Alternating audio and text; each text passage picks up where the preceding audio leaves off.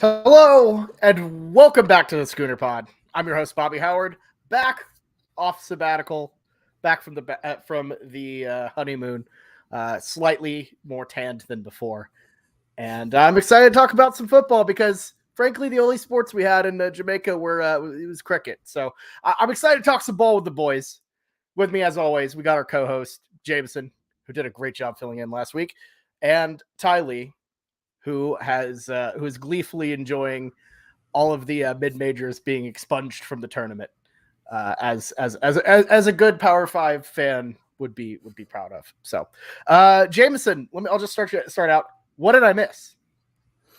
I mean, March Madness, one of the greatest times of the year, just conveniently showed up on your wedding date. It's okay. It's okay. That's very important. But you miss a lot of great times. This is an OU podcast, but it's just hard not to talk about what happened in the world of sports with St. Peter's and everyone coming to love that team, a 15 seed, making it the farthest possible to the Elite Eight.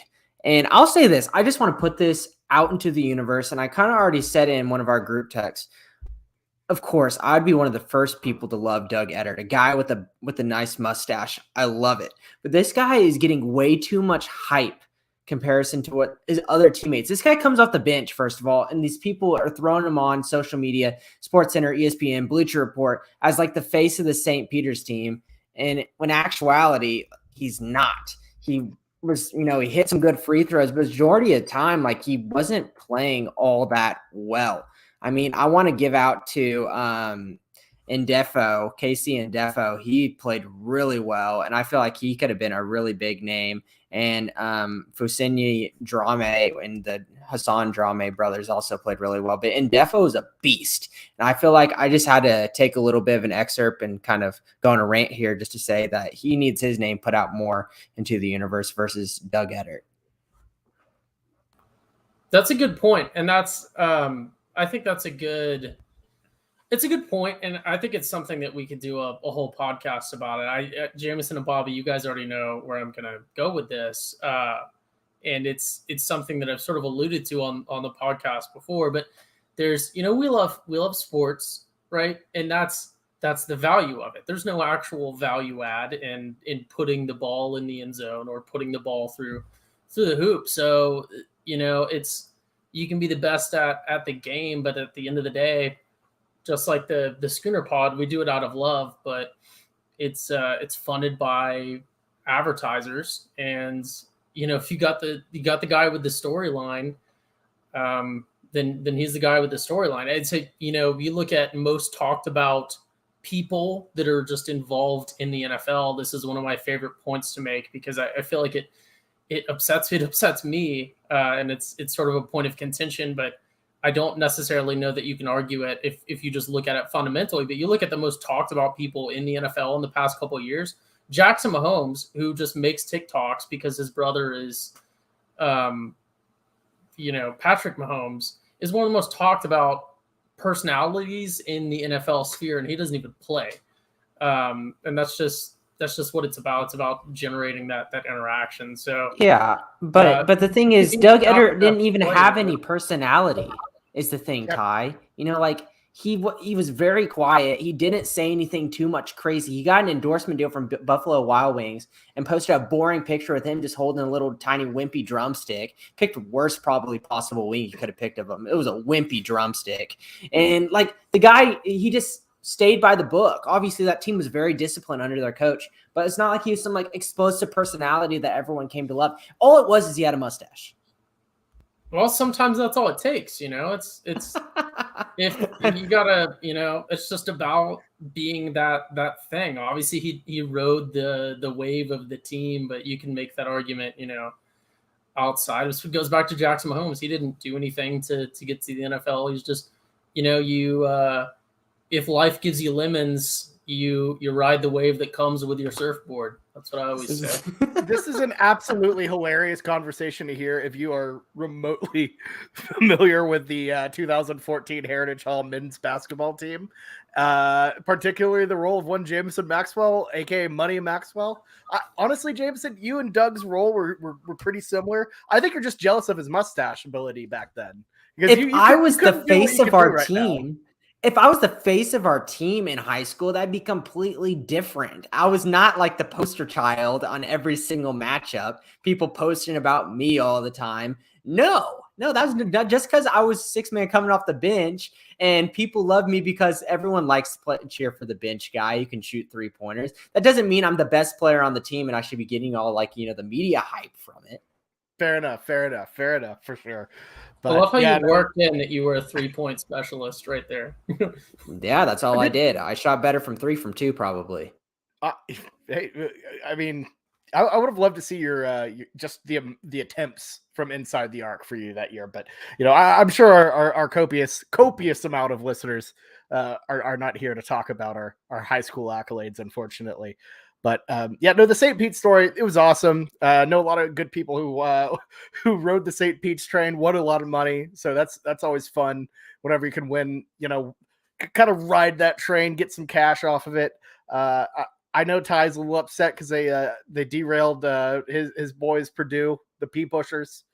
But I don't know. It's really a nice run. And I got to say, does the existence of a St. Pete's run kind of validate this might be a stretch, and y'all are gonna yell at me? No, don't. I already know. Doesn't validate the possibility of expanding the playoff, because look, there are going to be teams. If you expand the playoffs, you'll have a St. Pete's type run, maybe. Where you have a AAC team. Make maybe the semifinal. They get a couple wins in them. I don't know. I think that still matters. The national championship isn't everything. And if you had a team make a St. Pete's type of run, it'd be even more impressive in college football, just due to the difficulty of it all. So, Jameson, I'll let y'all go. Embrace debate. What do y'all think? Yeah, Ty, obviously both of us think this is garbage. Basketball is so much easier to upset people in. There's a reason why football teams are consistently dominant over and over and over. The type of players you get in recruiting, in terms of 5-star SEC body types, cannot, compete with a lot of these 3-star guys, or the guys who, luckily developed into these good players. We saw Cincinnati had a lot of high-end, first round picks projected in this draft, like Sauce Gardner, and then, Kobe Bryant, I guess not a first round, but still, they developed into that. Those were lucky hits, but SEC players are different. In basketball, you can have Doug Edert, who is not the body type of a Power 5 player, and he can come out there and he could hit a bunch of threes. You could see the player for Oral Roberts last year, who's 5'9", if he's lucky, just hitting threes, because that's all that matters. As long as the ball goes in the hoop, it doesn't matter what, what body type you are. Basketball, you can go on a lot of big runs and get some, momentum going. When in football, it's not much of a game of runs. Yeah, when it comes down to me, it's I think about, I think about, what do we as a society allow children to do? And kids are rightfully, sheltered a bit, or they're supposed to be, right? We make sure that they do things that are safe, that they're guided, they're, in modern society, normally indoors, and they're very supervised, and there's a lot of rules. That's basketball. Basketball is a child's sport. You play it inside. Sometimes you go outside, but mostly you're inside. Everyone's safe. No one's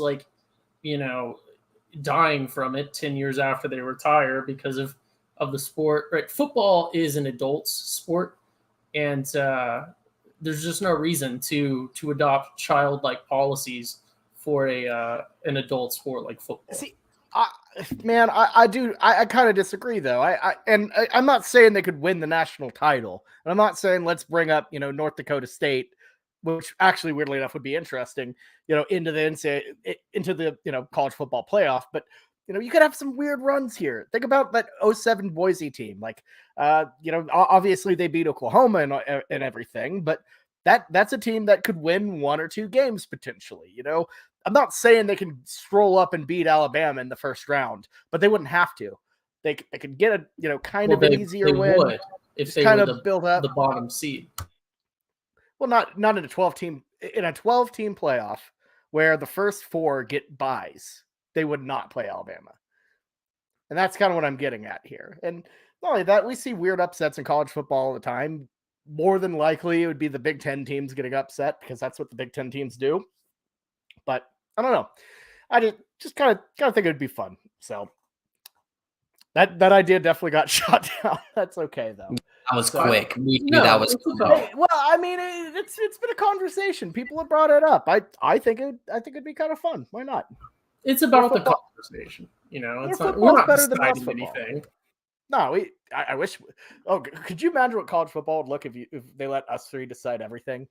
If we're like some sort of weird like triumvirate deciding. There'd be no face mask. I'd tell you that. Both the penalty and the protective device would not exist. It would take one off day from Bobby and I to vote with Ty on one of his wild takes that he has to just put it into motion of majority rules, because all it takes is 2, baby. We need to put a pin in this, because this would be that would be a good off-season podcast when we're like really in the depths of it, when we don't have like the OU social media clips showing us Miguel Chavez and Britt Venables yelling at people. Would we truly have no content in a vacuum? We're bringing up like us trying to remake college football in our image. That will happen. I'm calling it right now. I would really like to do that one for sure, at least a segment, and get the listeners involved and see what ideas people can come up with as well. I think that would be a really good. Yeah, start up a mailbag, that sort of thing. That could be fun. I like that. I like that a lot. Well, yeah. So in addition to the NCAA tournament, spring football has officially started in Oklahoma, which frankly doesn't mean much because everyone can just talk about what's going on, what they like, all that sort of stuff. The social media team can post their clips of Dylan Gabriel throwing passes in the flats all day to Eric Gray. But ultimately, we won't really see anything until the spring game on April 23rd. So, yeah, but at the same time, it's something to talk about. And one of the things that the actual members of the media have been happy with is the amount of access. So they've been able to get in the facility and film some. So, Jameson, what does that really say about Brent Venables and his new administration, his idea of things, and do you like that as opposed to the kind of secretive Lincoln Riley era? Yeah, why not? Honestly, this is his first time head coaching, so he hasn't been burned before, and he might not be as paranoid. I guess I don't know what happened at Clemson, but if he does get burned, maybe things would change. But at the same time, I'd like to think deep down that there is this kind of thought within the OU athletic department, with Lincoln leaving and burning us, that this new hire and this new staff and this new way to conduct the football program should almost be tailored to the exact opposite Lincoln Riley was doing things, because of how well he spoiled us. So essentially, if he's closing down practice and that made a lot of people mad, we're opening up practice. We're letting people be happy. If Lincoln wants to not return kicks, like we kind of talked about with Billy Bowman, coming out saying like, looks like he's going to have more opportunity to return, even though there was a cap Lincoln Riley placed on him saying don't return kicks. Oh, you know what? Brent Venables is going to change that. Brent Venables says you can't commit to me and I won't send out eyeballs out to the Twitter sphere and then never ever commit to me, and just did it for the clout, Chris Steele-esque a couple years ago. No, if you commit to Oklahoma, you can't take any more visits. Everything, almost to the point, is opposite so far of how we are conducting things in Lincoln Riley's era. And I almost want to think that that's on purpose. Yeah, no, I mean, it does feel like that. And I mean, just in general, Brent Venables is a different guy from Lincoln. Just flat out, defensive versus offensive. You come from this Clemson family oriented, all in type of mindset versus the Flash and the NFL, and all of that is kind of top build. Look at our number one picks, look at our Heismans, look at all that versus we're going to, get you a degree. We're going to do all that, which, I'm not the, it's tough because you have two diametrically opposed ideas. And frankly, it's hard to decide which one works. And personally, I think a little bit of both is the right answer. But, yeah, no, I'm with you. It seems like a lot of it is trying to be like, yeah, all that stuff you hated, we're flipping. And I mean, we won't really understand until fall, if it's better or not. I mean, we can talk about hype all we want. USC, they're talking about hype as well. Texas, they're the off-season national champs, like 11 years running at this point. But frankly, we just won't know about whether or not this is the way. But I'm certainly excited to see some changes. Ty, what's your thought on all of that? Yeah, so I guess there's two big things. One, the biggest thing is the culture thing, and I like the fan involvement. I like the engagement because I think that's important. Right when you come in, you can't come in with the iron fist. If he might become more restrictive as the time goes on, because I feel like a lot of Lincoln Riley's things, like not giving injury reports, closing practices, and things like that, were things that I think Lincoln Riley learned. Obviously, I didn't follow him prior to Oklahoma very much, but I think he learned a lot of those things from Bob Stoops, who was known for that sort of thing. And Venables spent much more time with Stoops than Lincoln Riley did. He spent much more time with Stoops than Riley did at Oklahoma, period. So I think it's important to get that buy-in and appear open. It's like a classic case of sort of a here we go getting political, but like a dictator taking over a nation. I'm talking about like foreign nation cases. Nobody ever starts with the iron fist. It's always one little step at a time. So we come in open, everything's open, talk about, engage, and then we trim those branches as we go on, and then eventually we get the system that maybe ultimately works best. The second thing that I'm actually really curious about, and I need to look this up.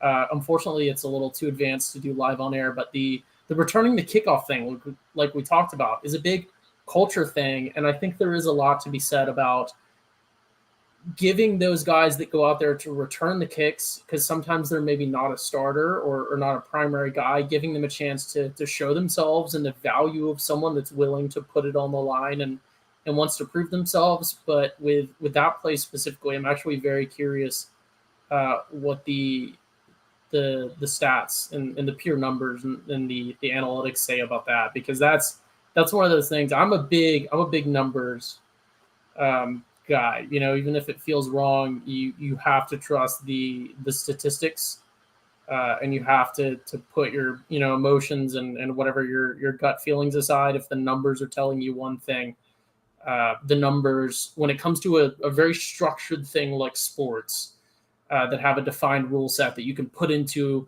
a model or an algorithm and evaluate, you got to go with the numbers there. So I'm actually very curious to see who is on the right side of the numbers there, because I understand the play it safe argument of always return it or of always down it and take that touchback or whatever it may be, or the always fair catch it if we're looking at punts versus try to return it and things like that. So I know the analytics can get even more advanced in terms of where you're catching it at, and that makes your decision, which is probably the right decision. But that's something interesting that I would encourage the listeners to maybe look into as well. That Moneyball type stuff caught on big in baseball. Obviously, was the easiest sport, and then it caught on to basketball. It's all over basketball now, and it's surprisingly taken its time to come into football. So.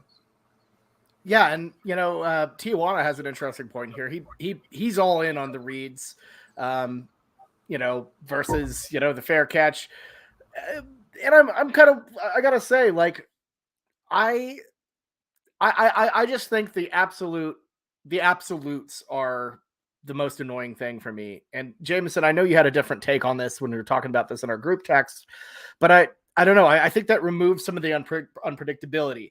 I think that kind of removes a dimension. I think more than anything, it kind of sums up Lincoln Riley and his conservative nature in some aspects of the game.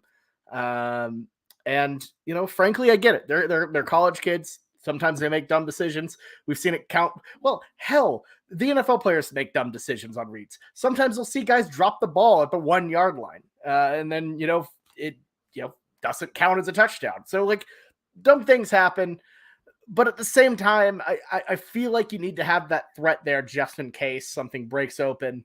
Having that possibility available. I'm all for that. Yeah. My standpoint on things is pretty much, I kind of agree with how Lincoln dealt with this.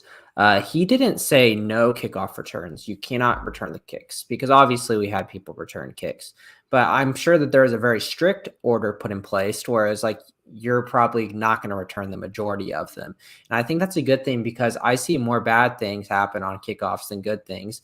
And maybe, just maybe, if you're like in a situation where you need some kind of huge momentum thing, you try to take out the ball, that's cool. But for the majority part, in the way OU plays football, we just need to get the ball to the 25, not fumble it, not start the ball on the 10 or the 12, and then just make our offense work. We spend the majority of the time and our money, therefore, on the offense side of the ball, not on the special team side of the ball. So get the ball in the offense's hands whenever, in the best position that they can be consistently on average. Because I guarantee you, on average, 25-yard line is a better starting position than all of the times we returned kicks last year.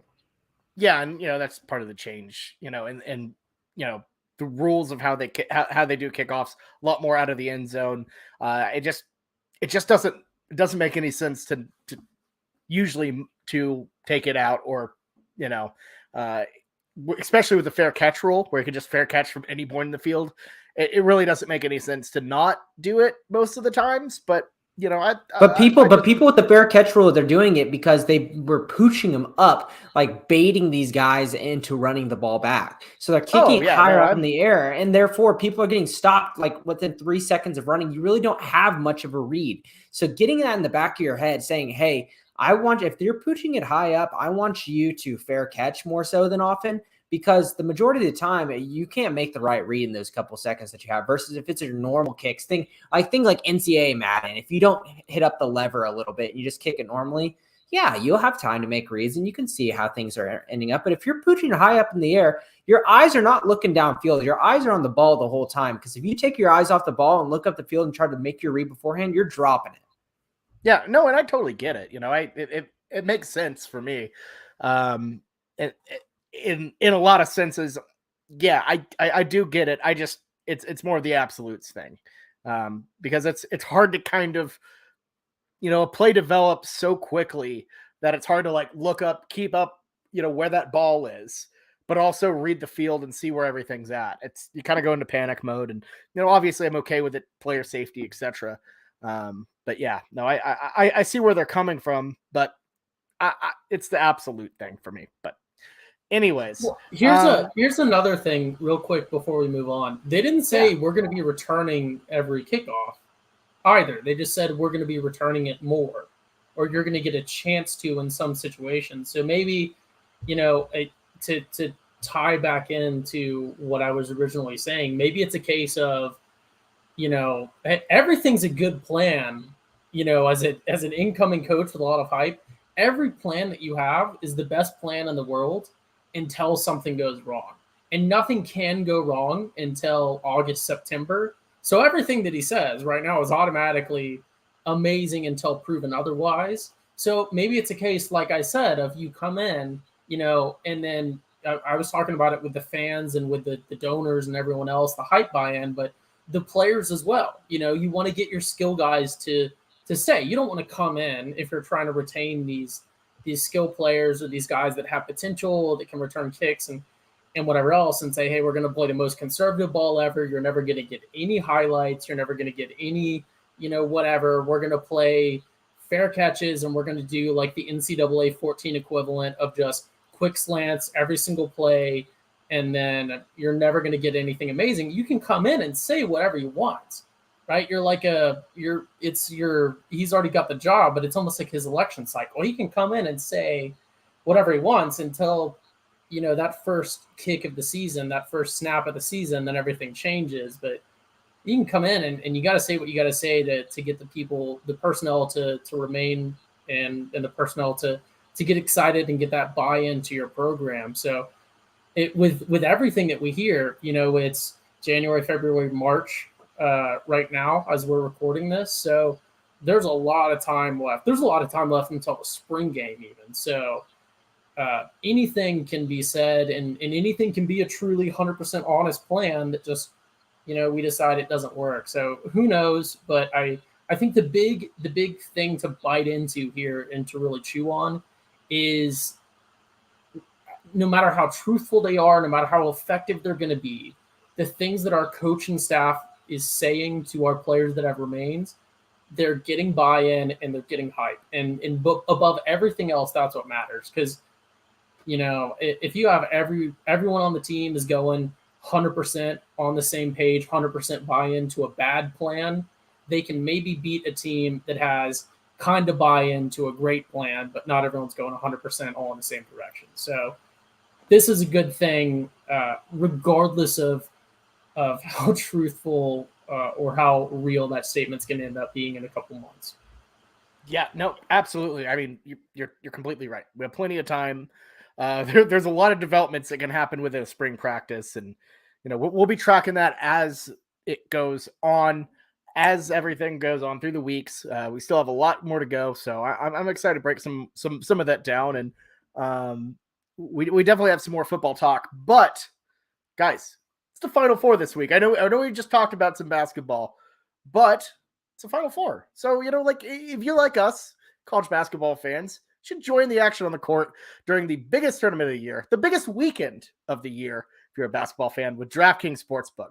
So you can turn your team's victory into your own big win by just betting $5 on any team. You have 4 of them. Just pick one. 4 of them. Just you have 4 left. Just pick one. All you have to do, bet $5 on any team, and you get $200 in free bets if they win. It's just that simple. So if they win, you win. You get 4. You can take your pick. I'm not. I got to say, this promo code probably made a little bit more sense when you had the whole 68. But hey, I'm sure a lot of people would have picked Kentucky over St. Pete's. That didn't work out well for them at all. But of course, if you're like us, you're an Oklahoman, and Sportsbook isn't available in your state yet, you can still join the college hoops action with DraftKings Pools. Everyone can play free pools all March long for a shot at a share of over $250,000 in prizes. Yeah, that's right. $250,000. That's a lot. So you just simply join a pool and answer questions like who will make it to the next round and who will make the most 3-pointers. Then you track your results and see how you do. So download the DraftKings Sportsbook now. Use promo code TPPN. Bet $5 on any college hoops team to win and get $200 in free bets if they do. If they win, you win with promo code TPPN this week at DraftKings Sportsbook. That's promo code TPPN. 21 and up. Restrictions apply. See the show notes or the description for details.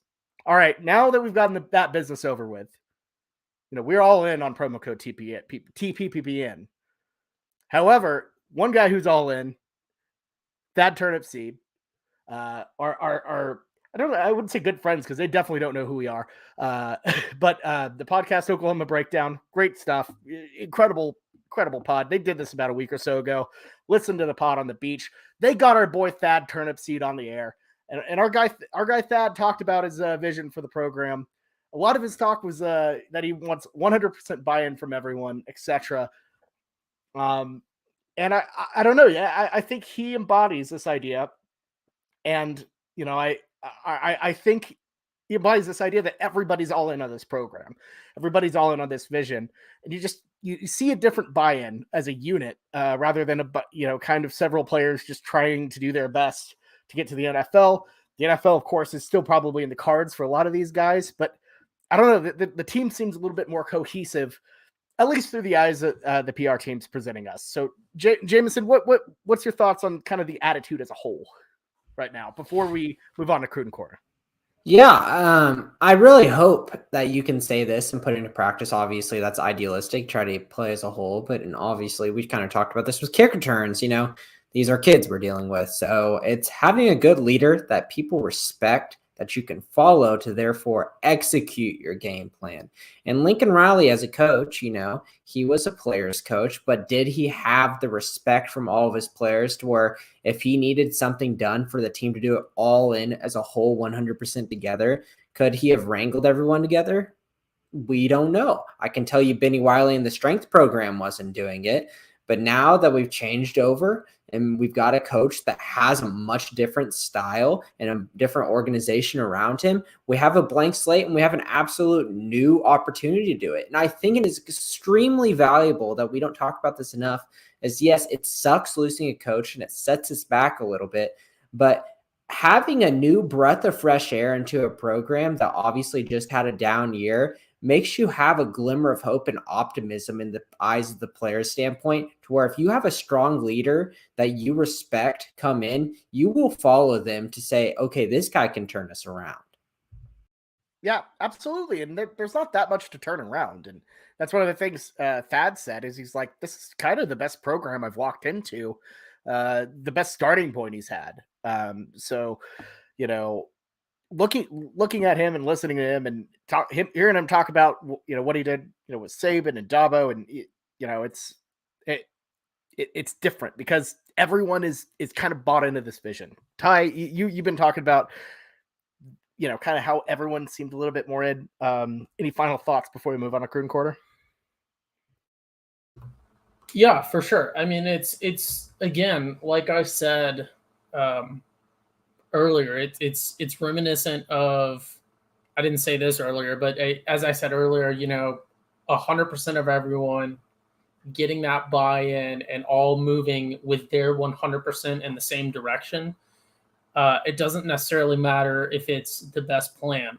Something that comes to mind is a good analogy. And we have some older listeners, they may not be able to connect with this one, but I know most of our listeners around our age will, is Finding Nemo, when the school of fish is caught in the net and Nemo has to get all of the fish to swim all in the same direction, right? And they pull the net and break it free of the fishing boat and they all escape. Was that the best plan? Maybe the best plan is let's not get caught in the net, So get caught in the net and then all swim together to escape it. Already not the best plan, but when you had the buy-in from those fish, from those cod, swimming against the net and breaking free of those nasty Australians in their fishing boats. Never trust the Australians. That's what I always say. But yeah, in short, that's something good to say or good to see. So is Thad Turnipseed? Is he our Dory? Is he our Mimo? Or is he our Martin? I don't know. I think Martin is Mimo's dad. I may have butchered that. So yeah, Martin's yes. He's one of those, and that's the important thing is we get all our cod swimming in the right direction and we don't get tricked by any Australians. Really is the big key. I gotta say I feel like sorry to interrupt, Bobby. It's Marlin. It's a Marlin with an L. Marlin. Well, shoot. Oh but yeah. No. Okay. I gotta say, Schmitty is definitely the Willem Dafoe fish. That's all mean. He just feels like a Willem Dafoe fish. I don't remember the name of that one. The black and white striped one. Scar? Was that his name? Here we go, butchering. His name's not Scar, but I never knew. I don't know how I didn't connect them. I never knew that was Willem Dafoe until now, and now I need to rewatch it again. It's weird. You'll never be able to look at that character again the same way. It's intense, but yeah, no, that makes it better. That makes it so much better. So much better. Just imagining Willem Dafoe hanging out in that booth, doing his thing. So that's awesome. But I'm a fish. that's great. So Jameson, it's been a while. I think we need to take a trip back to our our good old pal, the Cruden Corner. What do you say? Let's do it. David. Yes? What is this, David? This is a Cruden Corner with Jamison. Everybody dancing now. Oh, that's nice. I'll say this. Cruden Corner for this upcoming cycle and new season in a different era of OU football is going to be a completely different thing for us as a podcast. There was so much content whenever we had the eyeballs to analyze and all of these early commits, but it's going to be completely different now. Brent Venables has said, and he said it in his press conference, and we've kind of gotten the vibes from recruits, you cannot commit to OU silently or no, just at all, if you aren't willing to cancel all of your visits and say, I'm an OU commit no matter what, and I'm not talking to anyone else. And that's not that new age of thinking. And that's what Brent Venables is saying. And he's got the respect from his recruits enough to where they understand their reasoning. But these kids want to go and uncover every single stone and turn over every stone to see what's there. And even though they might love OU and they'd want to silently commit and do the eyeball of the old times, Venables is going to turn away a lot of kids because they don't want to cancel their future visits. And I applaud those kids, honestly. I really do, because I wouldn't be wanting to commit somewhere early, because this is a once-in-a-lifetime experience where if I can go and take all of my 5 official visits and take some unofficials, let people wine and dine you and see what the world has to offer that you haven't seen in your small little shell, you do it. So there's not going to be as many early commits. The spring game isn't going to be as big of a recruiting thing for us. Obviously, it's still going to have a lot of recruits there, but we're not going to see as many commits. And, the season might be a little bit more action, but it's going to be a lot more crazy months of November and December versus the summer and springs. Yeah, I mean, we're gonna be doing a lot more crystal ball watching, I would say. It's gonna be more speculatory, and that's okay. I'm cool with that. I'm cool with that. Yeah. So just kind of going into a crystal ball watch to end out this pod. There's been a lot of crystal balls that got thrown in on 247 of some recruits, and a lot of them are 2024 guys. Some of them are 2023. Just as of note of I think the most significant 2023 one to keep an eye on to actually buy some stock in is a 4-star offensive lineman, very highly rated, 0.97, Caden Green out of St. Louis, Missouri. We've had a history of recruiting St. Louis guys. Thanks, Ronnie Perkins. Different high schools, though. But this guy grew up an OU fan. Both of his parents went to Oral Roberts. And so this is a guy that we should be able to land, and Bill Beanbo should make a really good impression on. He's a big-time favorite for us to get, and I think he'll be a big recruit for us in this 2023 class. Other names that he'll join that are strong leans to OU, and this is just to name a few, not all of them, just to keep these names in your head as listeners. Trey Wisner, running back, 4-star guy, 4-star athlete out of Oklahoma, Jacoby Johnson, 3-star running back, big-time speedster, and Dylan Edwards, and 4-star wide receiver Ashton Kozart. I think would all be commits to OU right now if it was the Lincoln Riley era. But it's just a different time. But I think in the eyes of, other recruits looking at OU, they see those guys as very strongly in the boat of OU. Just kind of ending out, I feel like 2024 has gotten a lot of hype. The new 247 rankings came out a month or two ago. And there were some pretty interesting crystal balls that got put on 247. David Stone, a 5-star defensive lineman. He plays at IMG. He got crystal ball to us. It's still very early, but this guy played at Del City before he transferred off to IMG. So there's a huge, big-time defensive lineman in that 2024 class that is essentially an Oklahoman. So that's really big. Other names to be thinking about in 2024, Stacey Gage, 5-star running back, his teammate of David Stone at IMG. He's been talking to DeMarco since he's been in high school, since freshman year, since DeMarco's been here. So that's been a heavy connection, not as much of a lean for OU. Then T.A. Cunningham is a guy that to end out on the Cruden Corner, which I thought was really funny. I saw his most recent OU. He's a 5-star defensive lineman out of Georgia. he brings this little stuffed animal with him everywhere, and it's called Baby Chop. Did you see the photos of him in this big old, like, it's a big old, like, fat, like, seal looking like stuffed animal, and it's called Baby Chop. You need to look a photo op with him in his like jersey photo shoots. Just look it up, Bobby. But my he God. has I've never some seen big this. things. Yeah, look up. It's T.A. Cunningham. You'll see it on his Twitter if you scroll down.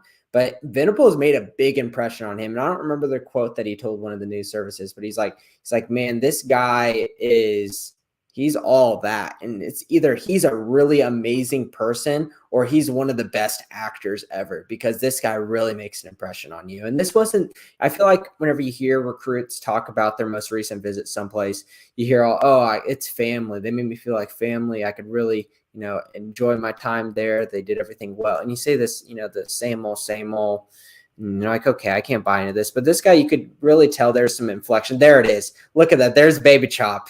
So Baby Chop he traveled with him. He had him on the airplane with him, took a picture in the airport, and then had a nice jersey photo op with Baby Chop. Oh, Bobby's on mute. What a typical. He's been off. You are in fact on mute. Okay. Yeah, I know I'm on mute. Yeah, no, I gotta say. No, you don't. Hey, Bobby, just to stop you, you're not on mute anymore. I know I'm not on mute. Okay. Well, I'm operating a lot here. I'm hosting. I'm sharing screens. I'm trying to find Baby Chop. I get it. But I gotta say, that is a way bigger stuffed animal than I imagined when you first told me. That takes some dedication to haul that thing around. Yeah, that is not carry-on sized. I don't know how commits travel, but that is certainly needs to be at least gate checked. Is Baby Chop his personal item? Like his personal, like, how you can bring your own like kind of item with you, like a little bag or something like that. Does Baby Chop qualify as that, or is he getting checked? Spirit and Frontier would consider that actually a carry-on bag that you'd have to pay for. It would not fit into their personal item. That's true. Well, so here's another thing too. He's a large person. That's not like an average size person as well. So that's true. But that's true. That is also conversely a good thing, because with Spirit Frontier, now the same airline, if you guys aren't aware, they merged, but you can either pay or you can just fight to get whatever you want. So, they don't care. They really do not care at all. You think you're stopping this TA guy coming through saying like, you can't, sir, you cannot bring Baby Chop onto the plane. I'm sorry, that is too big. If they overbook, they just kind of put the 3 boarding passes on the floor and make them fight over it, like the Joker and the Dark Knight. We're gonna try to see who wants it the most. But yeah, I just have the image of T.A. Cunningham trying to put Baby Chop into the little bag thing, where you see how big your bag is, see if it can, it can carry on with him. Just try to squish it in. Oh man, I thought you were about to say the overhead bin. I was like, how dare you think that he'd put Baby Chop into the overhead bin? Yeah, well, hell no, definitely not. Baby Chop deserves better than the overhead bin. I really like to think because it's fairly normal for recruits on their visits to bring, like an immediate family member, usually one or more of their parents. I like to think he tells schools that his mom is coming or something, or his dad is coming, and then he gets them to buy 2 tickets and then checks in for both, and then just shows up with Baby Chop and demands that Baby Chop is like served a meal, given its own hotel room, and like everything. That's what I would do if I were. Hey, I would give it to him if he's a 5-star defensive lineman. I'd let Baby Chop have whatever he wanted. And look, I don't even think we're roasting TA or Baby. We're Chop. not roasting. Cool, we are on board. This is awesome. If y'all have been listening to us for a while, like we're a big fan of these photo shoots. This Baby Chop thing is probably one of my favorite recruiting things I've ever seen. I think Pancake Hunters was probably my favorite with the pancake photo shoot that OU did. T1 in our YouTube chat says, I'd like to think Baby Chop got the whole kids tour of the cockpit. That's good. That's good. I do want to say, I really think Yeah, I hope Baby Chop got a cockpit tour. I hope Baby Chop got to like play with the Air Marshal's gun. Even you used to be able to do that pre 9/11. You know, you sat next to the Air Marshal, you're like, "Hey man, can I hold the gun for the flight?" But anyways, you could be Southwest Airlines' little deputy. yeah. To turn it, just kidding. Air Marshals don't fly on the fighting enabled airlines, the PvP enabled airlines here at Frontier and Southwest. You entered a PvP zone. 1v1 me for boarding class 1, bro. What I was gonna say, in all seriousness, is, and this ties back into one of the first things I said on the podcast, is the Baby Chop thing is amazing because here we are, we've dedicated probably, I haven't been paying attention, probably 6-7 minutes to talking about it. Not to brag, but I have a very good understanding of time. I have a good internal clock. Average person would have said 5, maybe 10, but I know it was 6 to 7. But that's a brand, right? He has us talking. He has us, engaged and creating content on it. That is truly what, sports is an entertainment business. He's already a 5-star guy, performance on the field. And then he's found this other thing that generates content that causes people to be like, oh, this is cool. This is what sets him apart, because there's a lot of 5-star, really good recruits every year. This is good. This is the type of dude that can make, serious money if he performs at the college level, because we know that a lot of these awards nowadays, especially are hype generated. You can make so many arguments for a lot of Heismans and how the Heisman voters vote and how they buy into hype and maybe don't pay the attention that they should. And that happens with every other award, and those awards and everything else, just time that they spend talking about you on College Game Day and everything else all goes into your draft stock and your personal brand. And things like this, once they become artificial and everyone tries to do them, it's not great. But having a personality, right, as a football player, once you get to this level, you're an entertainer, and I think we're going to see a sport that's becoming a lot more like the WWE, as something, that's obviously completely scripted in performance. But I think this is amazing. What a take. I think this is amazing on so many levels because it's his genuine personality. He has personality. He's showing that he's entertaining, and he performs on the field. This is, you have 5-star recruits, and then you got like the 5+, and that's what we're seeing here. And I think this cannot be spoken highly enough. For Bobby, I think you are a marketing major, if I remember correctly. Public relations, yeah. Same thing. Yeah, it's the same thing, different coat of paint. Yeah, well, marketing is before something goes wrong, PR is after. But this is when we find out that Baby Chop is like, has been committing war crimes. Oh no, we got to stop.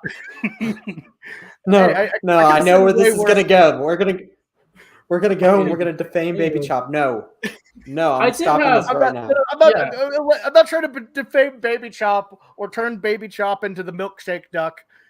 Baby Chop is fine. Baby Chop is fine. I'm sorry, Baby Chop. I didn't mean to disparage you like that. Yeah, and I did have, as we start to wind down, I did have another, the Brent Venables, his point about once you commit to OU, that's your thing. You're not going to be visiting anywhere else. Like if you're committed, you're committed. That's to some extent you can make this argument. Lincoln Riley went to Texas Tech, so I don't blame him for not knowing. But maybe just knowing the definition of the word, Lincoln Riley didn't know it, went to Texas Tech. Understandable, but because if you're committed to somewhere, right, you're committed to going there. Once you and Bobby and Jameson soon, and obviously myself for a good amount of time. Once you get married, right, you're not going on dates again. You've made your commitment. You're not continuing to explore your options. You've made your commitment. That's the definition of the word commitment. Texas Tech grads don't understand that. I don't blame them. They got a Chimmies, right? When OU had a Chimmies, I failed out, right? Because I was at Chimneys. That's what happened. Thank God we don't have a Chimneys here anymore, or I'd fail out again. But I think that's a good thing, right? And it's understanding the brand value, and it ties into sort of professionalizing college football, if that makes sense, because it is with the NIL, especially if you're a star player, someone that is having those multiple options. It is a job. You're making very, very good money, extremely good money for someone your age, ridiculous money for someone your age, and especially with your qualifications, because you're coming in with a high school diploma and at 18, 19 years old making ridiculous money if you're at a good school. And that's if you want to create that brand, you want to create that organization where if it's the epitome of where we want to go, because that's OU's next level. Like you said with Thad Turnipseed saying this is one of the best situations I've taken over. This is and this is something we've talked about OU for a long time. Is this we're right at the cusp of greatness. We're right at the breaking point. We're a perennial playoff contender. We're always winning our conference. Obviously not this past year, but we're the upper crust of the regular people, but we're not in that peak just can do whatever you want. Current day dynasty like Bama, Clemson, maybe they're on the decline now. We'll see. And everything else. And you want to create an environment where your worth. And that's something maybe that Lincoln Riley didn't do great is it can be counterintuitive because like you guys, Jameson especially brought up very valid points. And then Tijuana in the chat brought up very valid points as well about this sort of announced recruiting policy. Again, we'll see what happens in practice, but this idea of once you have committed to OU, that's your commitment. And if you're visiting other places, then we're decommitting you because that is by the very definition of the word, not a commitment. And I think that's important, right? Because when you get I know this was the case with myself a couple of years ago when I had a good opportunity at a very good corporation, that the second you get offered it, you go right on LinkedIn or whatever else, you announce your thing, and you stop, submitting applications or you stop taking interviews because you're like, hey, I have an offer from insert whatever organization here, and I know that this is the best there is, and this is where I want to fit. And if you are continuing to explore your options, which maybe necessarily isn't a bad thing prior to a commitment, but if you get an offer from someone and then you continue to explore your options, then you're showing that you think that it's not the best. And creating that we know our worth value thing, I think is very important. And like, again, Tijuana, thank you for commenting in the chat. We love our live commenters and people that engage. But like you said, there's a little more to it, and it's a little more nuanced, but it's something that I think is ultimately, it might lose us one or two people or maybe some super hype guys, but I think ultimately it's a good decision because it creates a better culture and a better system. So, but again, everything's like I said, everything's the right decision until things start to go wrong. So yeah, and it makes the commitments actual commitments, not just kind of like putting your stamp there and then doing whatever. You're absolutely right on the money there. Brent talked about it as well, and I think that's part of that move from going from good where we are to great, which is where Alabama is, and pretty much just Alabama. Georgia, Clemson, they flirt with great, but that. This is all stuff that Thad said in his pod. Definitely take a listen to that after you're done with this one, because he dropped a lot of really good bits of knowledge in that. But I'm with you. That's kind of what it has to take. But well, look, Baby Chop took us far over our previous limit of how long we thought we'd go. But I'm very grateful for that, and I'm very grateful for all of you for listening. up to this point. It means a lot. The off season is dark and full of terrors, so we certainly love y'all sticking with us through all of these conversations. So before we go, Jameson, final words. Whole lot of nothing. Just it'll be fun to watch how spring football goes, and remember everything you hear about OU is going to be positive in the spring. So take it with a grain of salt. I mean, remember how hyped we were last year? We were like championship or bust. So look how that turned out. Tulane immediately screwed that up. So, anyways, Ty, final thoughts. If everything goes wrong, you can always just become a Bama fan. That's what I tend to do. So. Let's go Duke, win the national championship. Yeah, one shout out, one quick to the Blake in our bracket pick'em, whoever he may be, picking the Duke North Carolina Final Four correctly. That was very impressive. Ty, do you have any enlightening to our podcast members very quickly before we get off of how that bracket was made? I will say I don't know who that may be. Probably Bowden Blake, if I were to guess, because that is. Oh, but there is another Bowden. Bowden Blake has his. I believe but Bowden Blake is last in the table. You were allowed to submit two, so I would assume that Blake one, this point cannot be refuted, has spoken extensively about Duke on the podcast. That can be proven and shown, and. You are allowed to submit two, and they're both named Blake. So I think it's a reasonable assumption, if the bracket fits, you must acquit Ty of being the fake Blake, as the late great, not dead but just not relevant anymore, Johnny Cochran once said. Oh my God, he's an attorney. No. He's famous for having known the Kardashians. Okay. But anyways, I will say, as someone that has lived in North Carolina, but is not from North Carolina, I can understand how you can simultaneously be a UNC and Duke fan at the same time, even though they are allegedly arch rivals, which doesn't make sense because they're in the same city. They try to claim it's different place. They're like 15 miles. They're like 15. Of course, Ty. I don't even know. Man. All right, and that's the Schooner Pod, Bobby. Whoever Blake probably just is like Two-Face, like Blake's not even gonna listen to. No way, he doesn't. No. This far into the podcast, we're gonna have to tell him. Any of these. Anyways, as I always say, how would you listen to this podcast? I'll cut myself off, but as I always say, listeners, Bobby's gonna do timestamps for this whole pod, so we'll have a timestamp specifically for Blake to tune in. Do not promise them timestamps. I listen. But yeah, I am going to. I already put up the ad, so I'm probably just gonna put it up and go to sleep. So, anyways. Well, you say that, and then last time you auto put up the podcast, and then you auto put it up to publish like in 2025, and then I asked you about it, and you're like, "What do you mean it's not on Spotify?"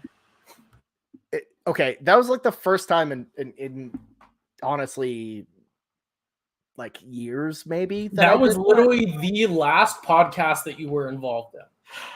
I know. What I'm saying is, it does not happen often. Podcast that you were involved in, you fumbled the bag. Look, the last time I handle a lot of the administration stuff around here. Last time we tried to dish it out, the ad read got stumbly. It's okay. I'm not trying to talk about it. You told me explicitly that you didn't tell me the information how to do it correctly. I said, whose problem was it actually? On vacation, man. What do you expect? That's because they didn't have. I'm known to be the most ad-friendly presenter in all of media. Period. That's me. Controversy-free. Graded ad reads. It's because they didn't have me on the podcast. I did an ad read in the middle and at the beginning. I thought that was good work. You have to do it just in the middle. This doesn't matter. Nobody wants to hear us chopping. Yeah, we could have cut this podcast off a long time ago. But carry on, Bobby. Tell everyone good luck. Well, all right. So, anyways, before we wrap, Jameson, masks. Do they do anything? No. Who is this? Who is the Spider-Man? We need to catch They him. cover your mouth. Oh my god. Well, for me, Jameson and Ty, this is me for me, Jameson, Ty, and Baby Chop. This has been the Schooner Pod presented by the Pigskin Podcast Network and DraftKings. Use promo code TPPN. We'll see you next time. Have a good one. Boomer Sooner, everybody. Oh no.